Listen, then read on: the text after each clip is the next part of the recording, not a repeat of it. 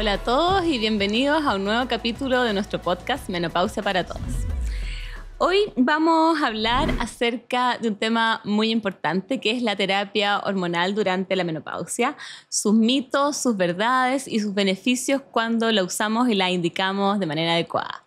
Para eso hoy en día tenemos una invitada muy especial a quien conozco ya hace varios años. Nos conocimos justamente en un diplomado relacionado a este mismo tema por el que estamos acá hoy día, que es la menopausia. Ella es María de los Ángeles Larraín, ginecóloga, especialista en endocrinología ginecológica y menopausia, que a lo largo de su trayectoria ha atendido un sinfín de pacientes de una manera integral en este periodo de menopausia, ofreciéndole alternativas hormonales, no hormonales, para que ellas puedan tener una buena calidad de vida. Así que bienvenida, María de los Ángeles. Muchas gracias por acompañarnos. Gracias, hoy. Pilar, a ti.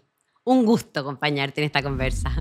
Oye, lo primero que quería que nos contaras, que un poquito algo que me gusta que nos cuenten nuestras invitadas, ¿cuáles fueron las motivaciones y el camino que tú recorriste para decidir primero hacer la especialidad de obstetricia y ginecología y después terminar dedicándote a esta área tan especial que es el acompañamiento de las mujeres en periodo de perimenopausia y menopausia? Mira, yo tuve un giro radical, Pili. Yo entré a estudiar medicina pensando que iba a ser cardióloga. Me encantaba el corazón, encontraba fascinante y con el correr del tiempo hice el curso primero de ginecología y obstetricia que me encantó. Me sorprendió, en realidad nunca había pasado por mi cabeza ser ginecóloga.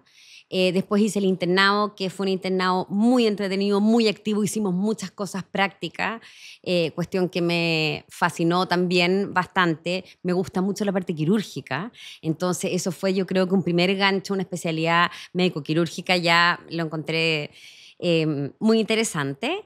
Sin embargo, lo tenía muy descartado porque yo me casé estudiando medicina, tuve hijos en la universidad, tuve mi primera hija en 6º año, mi segundo hijo en 7º año, y por lo tanto en mi cabeza tenía que, obviamente, ojalá una especialidad corta, sin turno, sin urgencia, etcétera.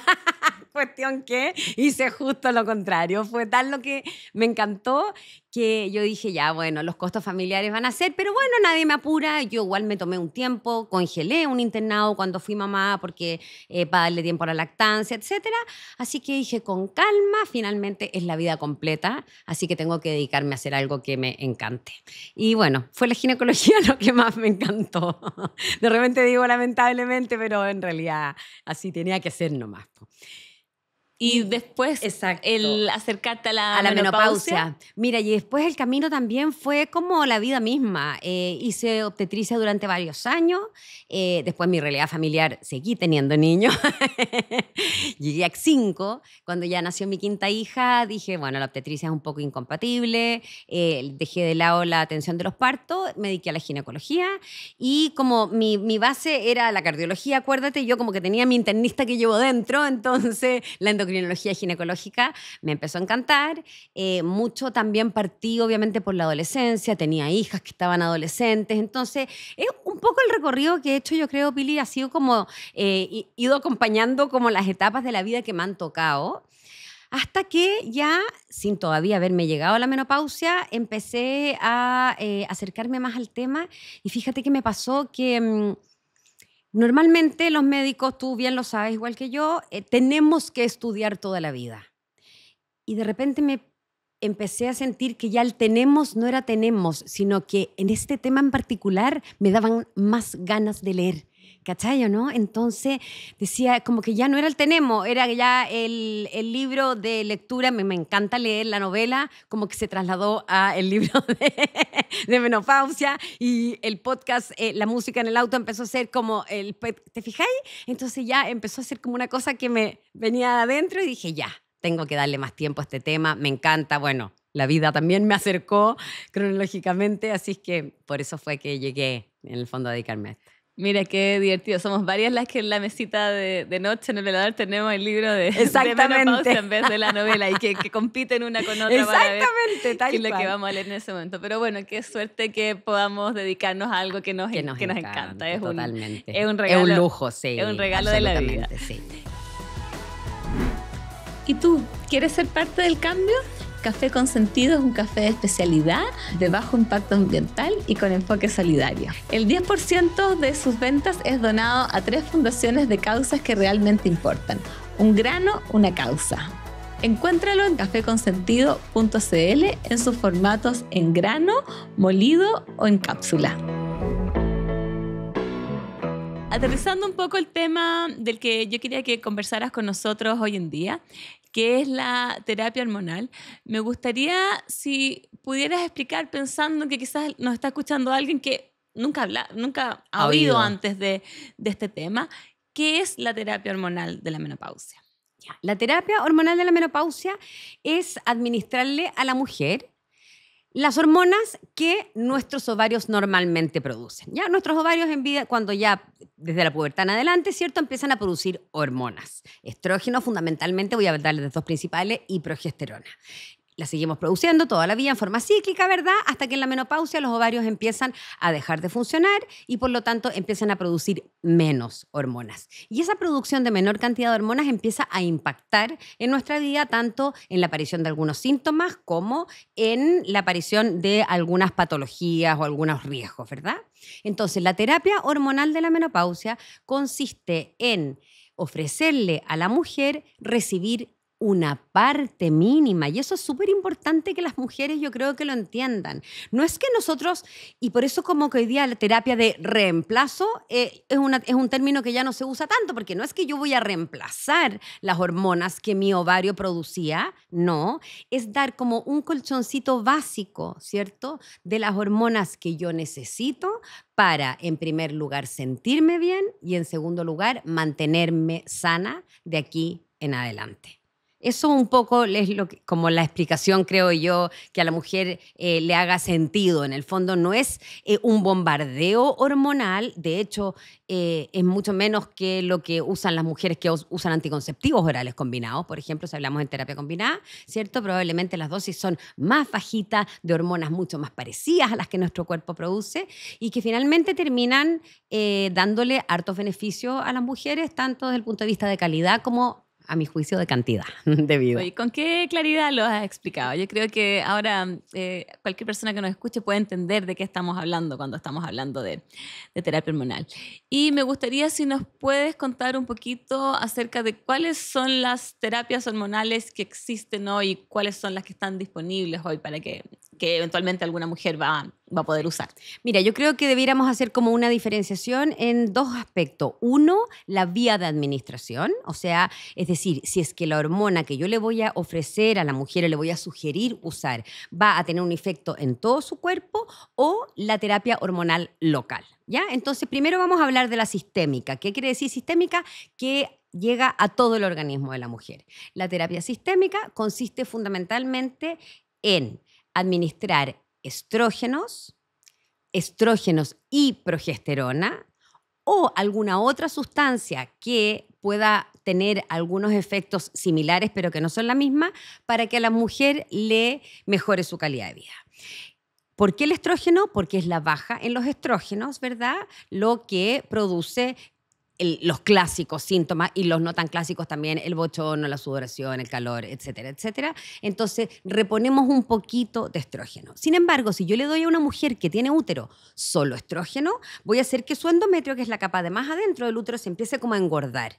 Entonces, como yo no quiero eso, ¿cierto?, tengo que darle además, como tú bien sabes, una progesterona o una progestina, ¿verdad? ¿Para qué? Para que a nivel del útero vaya a anular, entre comillas, el efecto que tiene ese estrógeno en el útero, ¿ya? O sea, el darle la progesterona es una necesidad, ¿cierto?, para anular a nivel endometrial el efecto del estrógeno. Y además tiene algunos otros beneficios que quizá podamos hablar después, ¿verdad? La progesterona se da por necesidad, pero sabemos que tiene también algunos otros beneficios en algunos tipos de síntomas. Y en ese sentido, una mujer que no tiene útero, entonces ella no necesitaría usar esta progestina. Estrictamente no la necesitaría. Yo le podría dar efectivamente solo estrógenos para aliviar sus síntomas. Sin embargo, eso no quiere decir que yo igual pueda ofrecerle una progestina, a pesar de no necesitarla, para buscar un efecto en especial. Por ejemplo, por decirte alguno así muy típico, duermen mal, ¿cierto? Tienen un mal dormir. Sabemos que hay algunos tipos de progestina que las damos en la noche porque tienen un poquitito efecto sedante. Entonces puede ser que la mujer efectivamente no tenga útero, que no la necesite desde ese punto de vista, pero sí voy buscando el efecto como sedante y yo se la puedo ofrecer, ¿cierto? Esa es la terapia, digamos, sistémica, la que va a todo el organismo. Y esos son, digamos, lo más común. Después existen algunas otras sustancias que no sé si vale la pena que las nombre o no. Sí, puedes nombrarlas porque quizás algunas personas la han escuchado. Exactamente, que tienen algunos, son sustancias sintéticas que tienen efectos distintos en los distintos receptores. Entonces, no actúan igual. El estradiol estimula todos los receptores de estrógeno, ¿cierto? Estas sustancias, que son moduladores selectivos de los receptores de estrógeno que se llaman, por ejemplo, tienen algunos efectos en unos receptores y no en otros. Entonces, en un caso particular, y por supuesto siempre caso a caso, uno le puede ofrecer, por ejemplo, tibolona a una paciente que, teniendo útero, le puedes dar la tibolona, como no actúa a nivel del endometrio, no necesitas darle una progesterona y también puede beneficiarla desde otro punto de vista. Eso un poco. Ya empezamos a ver ahí que hay altas alternativas. Muchísimas. Y tú mencionabas esto como de las vías de administración. Hablaste de la piel, de pastillas o cápsulas que uno puede ingerir por vía oral, sobre todo en relación a los estrógenos. ¿Basado en qué tú vas a decidir uno u otro? ¿O qué diferencias hay entre ellos? Y luego te voy a pedir que nos expliques un poco cómo es que algo a través de la piel puede llegar a todo el cuerpo, porque es una cosa que les llama harto la atención a nuestras pacientes cuando lo escuchan por primera vez. Exactamente. Mira, ¿de qué depende la vía de administración? Fundamentalmente va a depender del caso a caso. Ya sabemos que el estradiol, que es la hormona que damos tanto vía oral como a través de la piel, tiene efectos distintos dependiendo de la vía en que lo damos. Nosotros, si una mujer toma el estradiol vía oral, por ejemplo, va a ir al hígado. Al pasar por el hígado, ¿cierto?, va a hacer que se produzcan algunas proteínas procoagulantes que las pueden poner en un poquitito mayor de riesgo de trombosis, por ejemplo. Cuestión que no sucede cuando yo se la doy a través de la piel. Entonces, yo tengo, por ejemplo, una paciente fumadora, ya mayor de 40 años, fumadora, diabética, un poquitito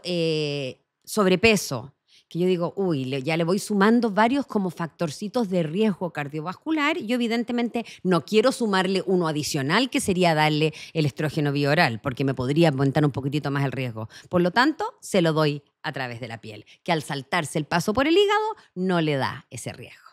¿Ya? Por ejemplo. Oye, ¿qué formas existen para administrar las terapias a través de la piel? De la piel.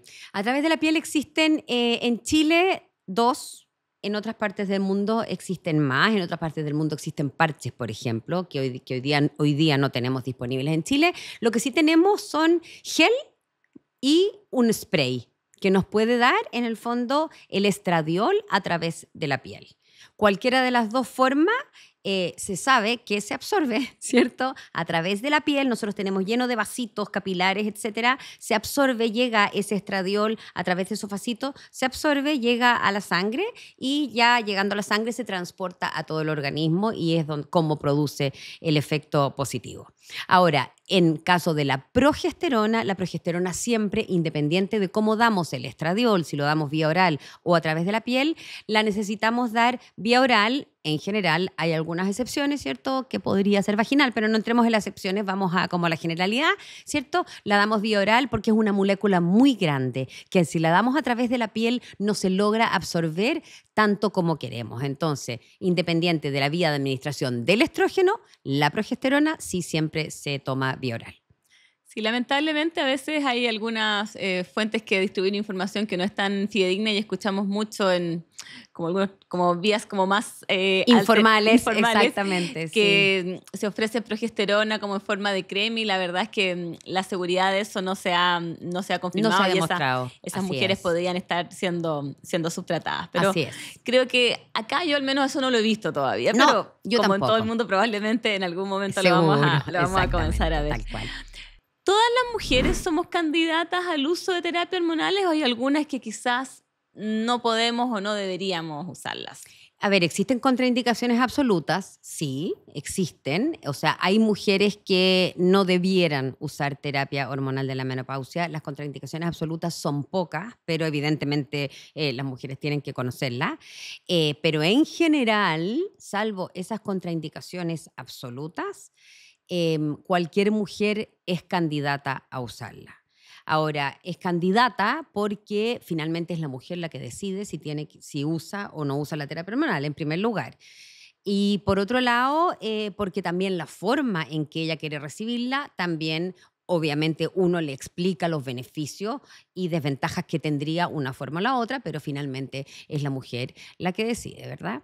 Así. ¿Y qué mujeres crees tú que probablemente no se van a beneficiar y va a ser mejor que eviten las hormonas específicamente? Bueno, mujeres que que tengan un antecedente personal, por ejemplo, de haber tenido un cáncer de mama, ¿ya?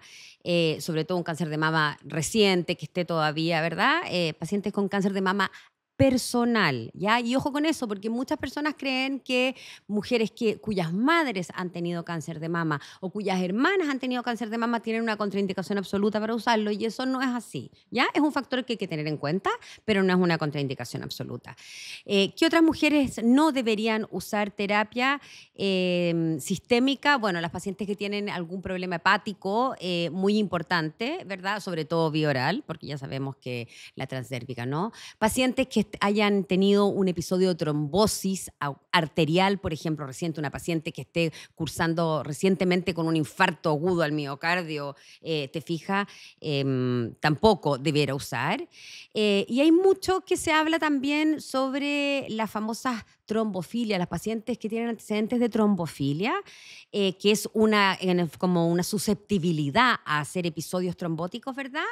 No es que no puedan usar vía oral, terapia hormonal. Lo que se sugiere es no usar la vía oral. Sin embargo, la vía transdérmica sí la podrían utilizar. Y se me está quedando alguna, Pili, yo creo que no, la porfiria. Sí. Que la leemos en todos los Sí, libros, es una la condición porfiria, que aparece siempre. No, súper, de yo acuerdo, creo que eso infartos a grandes rasgos. La verdad es que son bastante contadas con los dedos de una mano los casos en que no. Y van a haber otros quizás un poquito más controversiales en que algunos podemos pensar de una manera, otros podemos pensar de otra. Sí. Así es, tal cual. El tema de la terapia hormonal es un área como quizás no tantas de la medicina, en que a veces las mujeres cuando llegan a consultar tienen una opinión preformada, ya sea por lo que leyeron o se informaron en medios de comunicación, por lo que habrán escuchado en redes sociales, por lo que se habrá compartido como en sus grupos de amigas, y ellas vienen diciendo, vengo porque yo quiero usar terapia hormonal o vengo a controlar mi menopausia, pero por ningún motivo quiero usar terapia hormonal.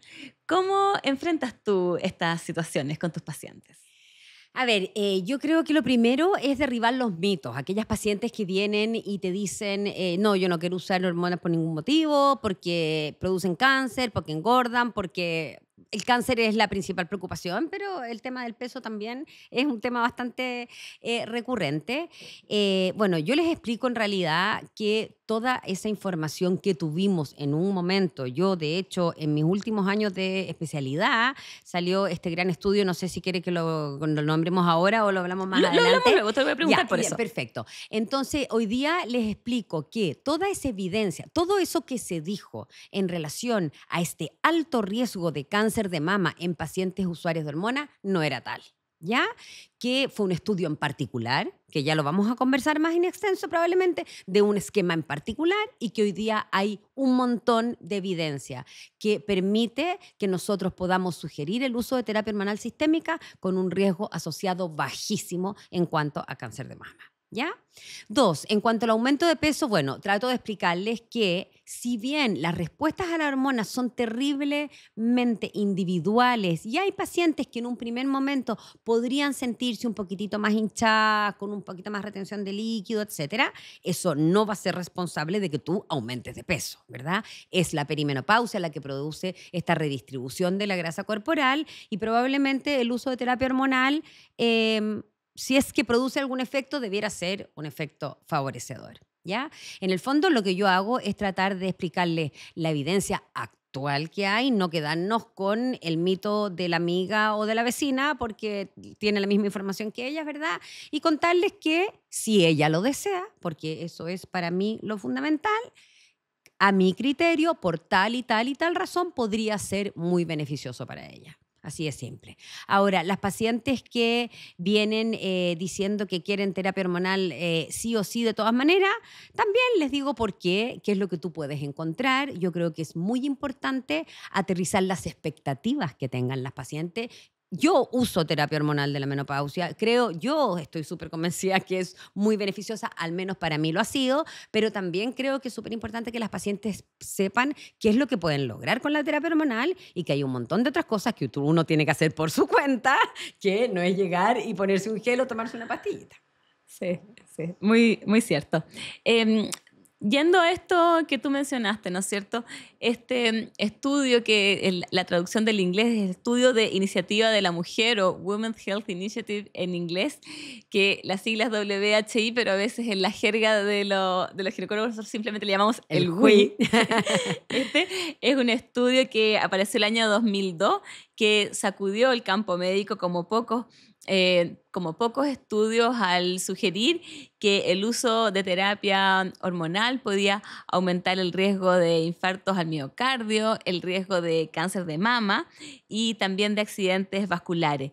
Y eso hizo que cuando salieran los resultados de este estudio, millones de mujeres dejaran de usar terapia hormonal de manera muy brusca y hasta el día de hoy no hemos visto que se haya vuelto como hayamos vuelto a tener el mismo porcentaje de mujeres que están usando terapia hormonal. Si nos puedes contar un poquito qué es lo que se vio en este estudio y por qué impactó tanto. Exactamente. Mira, impactó tanto por un montón de motivos. En primer lugar, porque sus resultados fueron expuestos en una revista no médica, con titulares gigantes donde decía las hormonas producen cáncer. ¿Ya?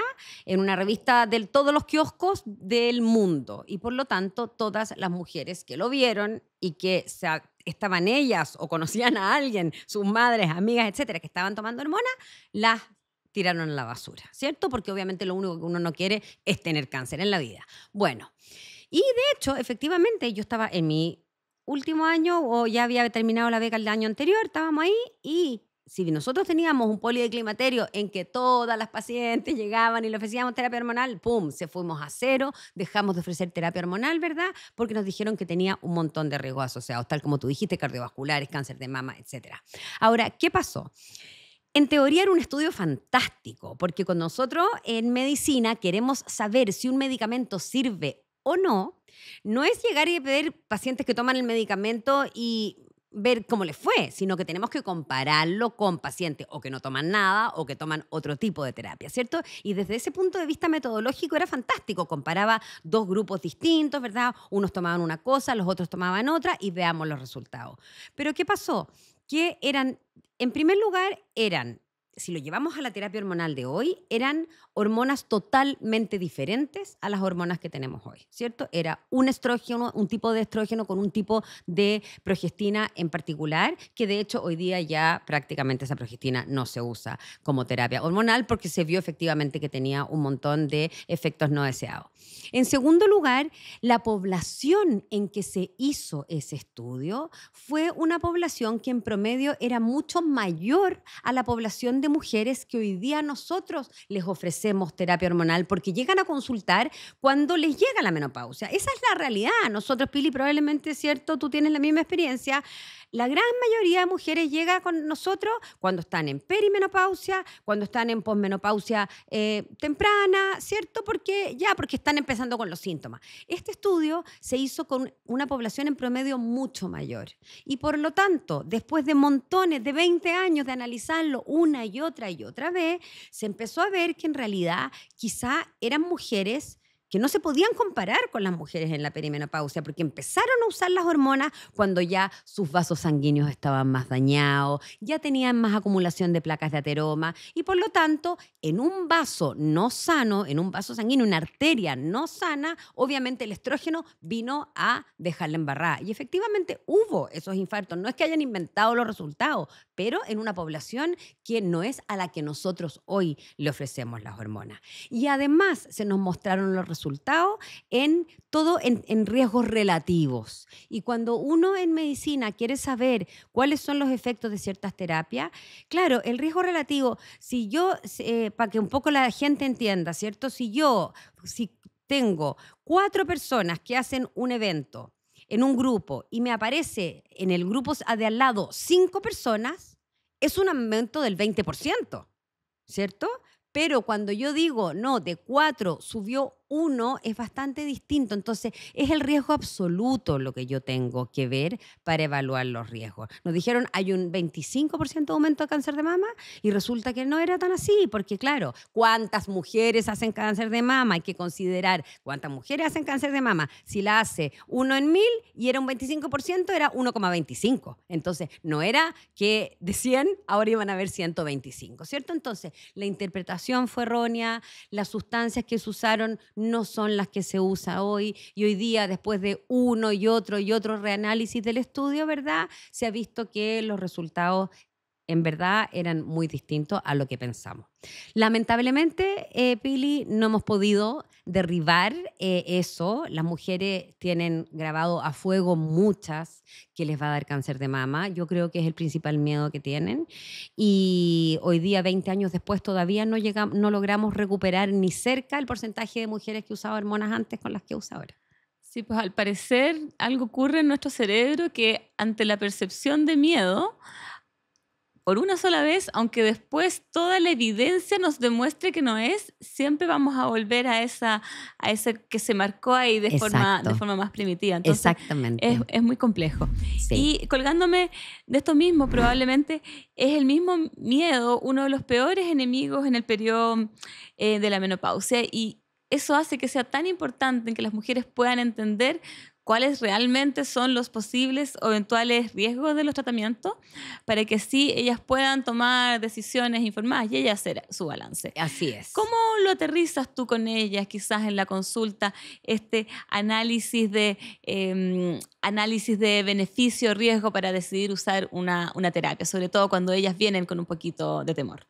Claro, yo les explico exactamente esto, esta misma conversación que acabamos de tener, les digo que efectivamente eran hormonas totalmente diferentes, que además se publicó solamente la parte mala, porque nadie dijo en ese tremendo título que uno de los grupos tuvo menos riesgo de cáncer de mama. De hecho, ¿cierto?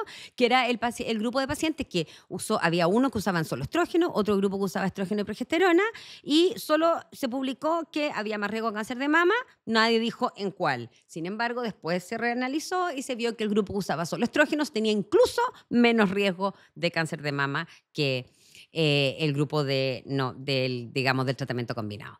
Entonces, yo trato de mostrarles eso, en el fondo, de explicarles que hoy día el tipo de hormonas que usamos tratamos de que sean hormonas bioidénticas, y ahí podemos también tener, ¿cierto?, algo de conversación al respecto, es decir, que son sintetizadas en el laboratorio, pero exactamente iguales a las hormonas que producían en su momento de fertilidad, ¿verdad?, de vida reproductiva, nuestros ovarios, ¿ya? Y por lo tanto son sustancias que nuestro cuerpo recibe de una manera completamente distinta a aquellas que se usaban 20 años atrás, por una parte.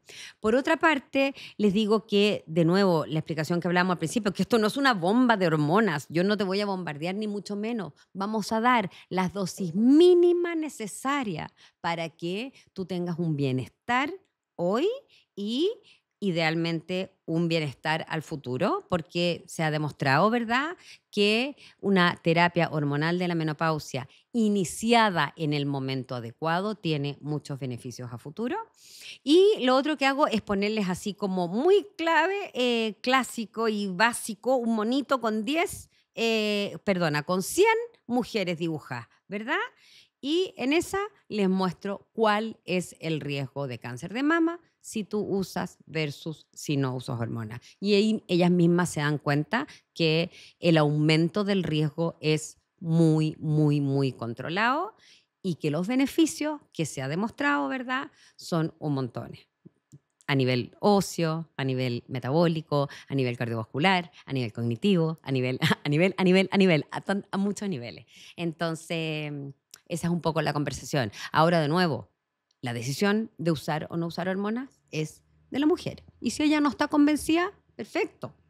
Seguiremos trabajando todo lo que es estilos de vida saludable, etcétera, y veremos. En una de esas no cambia de opinión, en una de esas sí, y la acompañaremos en eso también. Hay otro tema también que tiene que ver con la personalización de las terapias y que no es aquí que exista como una terapia hormonal que se va a aplicar Absolutamente. a todas las mujeres por igual. De hecho, Sí. a veces las pacientes dicen, pero mi amiga vino contigo y a ella le diste tal y tal. ¿Por qué a mí me estás dando, Tal por qué a cual. mí me estás tomando, Me me estás dando me esto otro? encanta cuando me dicen eso, porque yo digo, mira, es que si yo le diera a todo el mundo lo mismo, ¿para qué me pagan la consulta? Anda y compra en la farmacia, no que le dieron a tu amiga. Exactamente de eso se trata, porque es distinto enfrentarse a una mujer que fuma, a otra que no, a una mujer que hace deporte, a otra mujer que es sedentaria, a una mujer que tiene una enfermedad de base y a otra que no la tiene, y por lo tanto, efectivamente, una mujer que tiene útero y otra que no. Por lo tanto, no podemos darle la misma terapia a cualquiera. Ya, y esos son los factores que tú por lo general más tomas en cuenta. Exactamente, tal cual. Los factores de riesgo cardiovascular, por supuesto. Bueno, si es que hay alguna enfermedad que nos produzca alguna interferencia con algo, ¿te fijas? Si hay hipertensa, idealmente no darse la vía oral. Bueno, y así, pues, el uno a uno, en el fondo, caso a caso, para tratar de obtener los mayores beneficios con las menores desventajas. ¿Puede una mujer prepararse antes de la menopausia para evitar el sentirse mal? ¿Cuál sería como el mejor momento en que estoy transitando por este camino para iniciar la terapia hormonal? Mira, yo creo que puede prepararse siempre. ¿En qué sentido? En tener una vida saludable. Yo creo que si podemos partir mucho antes haciendo deporte, mucho antes dejando de fumar, mucho antes haciéndonos conscientes del efecto que tiene el alcohol en nuestra calidad de vida, muy probablemente vamos a llegar a una perimenopausia y menopausia en mucho mejores condiciones. Informarse, por cierto, y yo creo que el gran regalo que estamos haciendo tú en este minuto y yo habiendo aceptado esta invitación es contándole a las mujeres lo que nos pasa. Y yo insisto hasta el cansancio, las mujeres en el colegio nos enseñaron cómo partía todo, cómo partía la primera regla y nunca más nos contó que esto se terminó. Entonces, si nosotros tenemos mujeres informadas y que se empiecen a informar antes de que les llegue su menopausia, van a estar atentas y alertas a aquellos cambios quizás muy sutiles que les permitan consultar a tiempo y consultar cuando todavía las consecuencias de una menopausia no tratada no han sido catastróficas en su calidad de vida. Sí, me gusta eso que mencionas como del tiempo oportuno y me voy a colgar de eso para que hablemos acerca de este concepto que tenemos los médicos, que hablamos mucho de la ventana de oportunidad en el uso de terapia hormonal. Si nos puedes explicar un poquito, explicarle a las personas que nos están escuchando, ¿a qué nos referimos cuando hablamos de la famosa ventana de oportunidad para el uso de terapia hormonal? Exactamente. ¿A qué nos referimos nosotros cuando hablamos de ventana de oportunidad? Nos referimos a que se ha demostrado, ¿verdad?, que cuando uno inicia la terapia hormonal de la menopausia en un momento determinado, ¿cuál? Idealmente los 10 primeros años desde que la menopausia se produjo o antes de los 60 años, es cuando podemos lograr los mejores beneficios. ¿Por qué? Por lo que hablábamos antes del WI. Si llegamos tarde con un vaso sanguíneo dañado, con un organismo ya muy dañado, el estrógeno no va a ser beneficioso, puede llegar a ser incluso perjudicial. Entonces, a eso le llamamos ventana de oportunidad, el momento óptimo para iniciar un tratamiento que se ha establecido hoy día antes de los 60 años o primeros 10 años. Cualquier excepción a eso, por supuesto que uno lo puede evaluar en un caso a caso también, pero eso es ventana de oportunidad.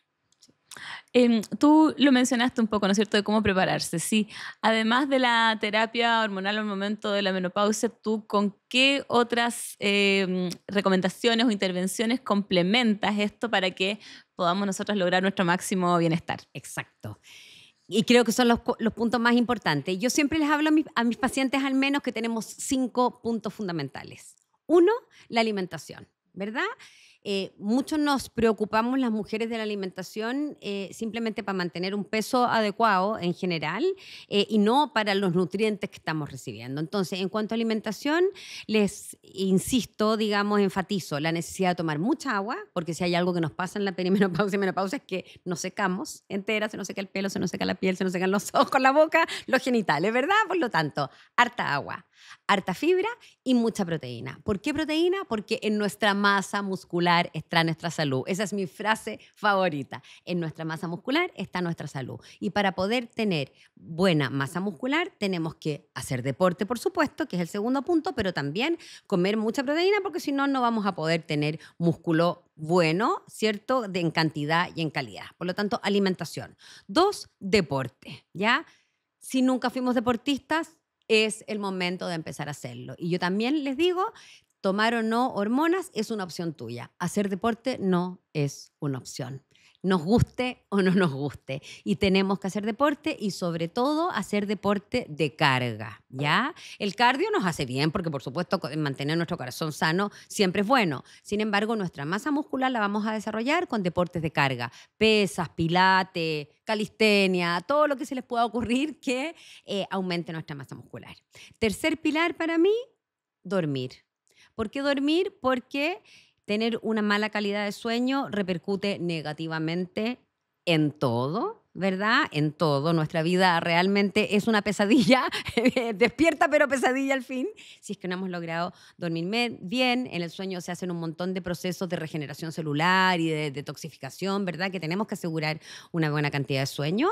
Cuarto, el estrés. Yo le digo, Pili, a todas mis pacientes, de verdad, les digo, date 10 minutos al día. 10 minutos se te pasan volando, ¿para qué decir en la pantalla? O sea, en el celular 10 minutos los botaste así. Date 10 minutos al día para hacer algo que realmente alimente tu espíritu, tu alma.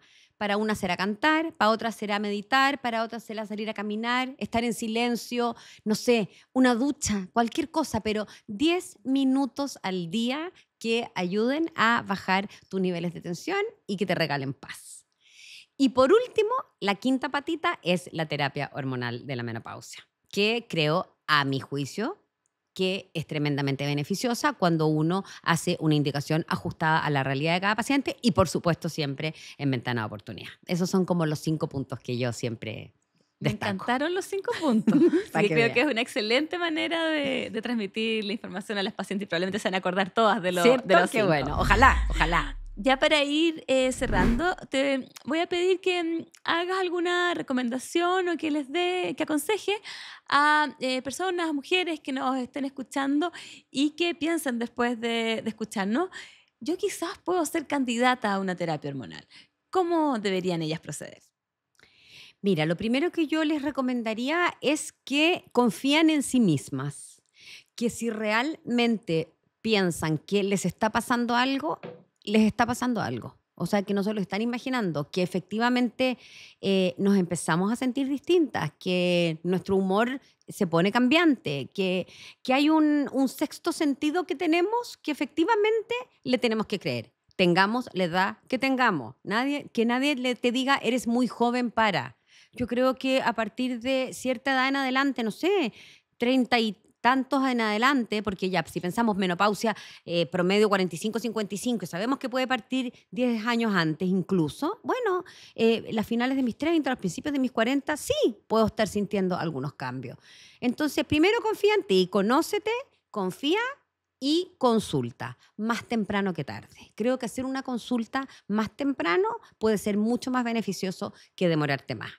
2, consulta a alguien que idealmente se dedique a la menopausia.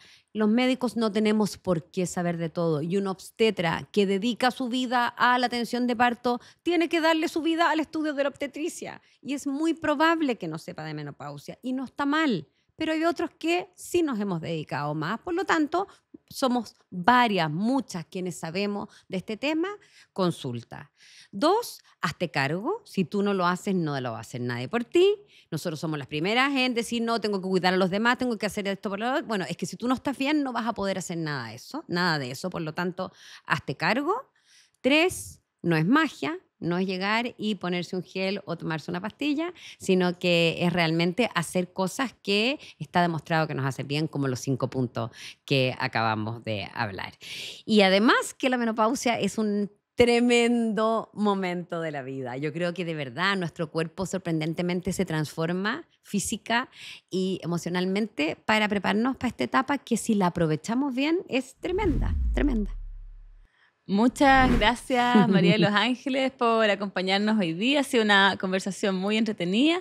Espero que a todos que nos han escuchado les haya quedado claro qué es la terapia hormonal, para qué sirve, cuáles son sus ventajas, que al parecer los riesgos no son tantos como uno pudiera haber creído. Así que muchas gracias por acompañarnos en un nuevo capítulo de Menopausia para Todas.